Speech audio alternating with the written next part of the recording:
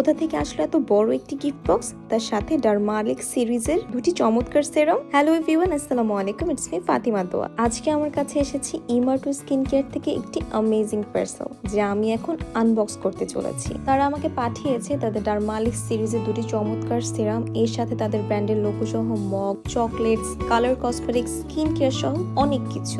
দেখো কি সুন্দর প্যাকেজিং। প্রথমেই আমাদের ডারমালিক্স ব্রাইটনিং সেরাম, যারা নিখুঁত উজ্জ্বল ত্বক চান তাদের জন্য এটি অসাধারণ। সেরামটির মেইন ইনগ্রেডিয়েন্টস হলো আলফা আরবুটিন নায়াসিনামাইড, যা স্কিনটাকে অনেক বেশি ব্রাইট করতে হেল্প করবে।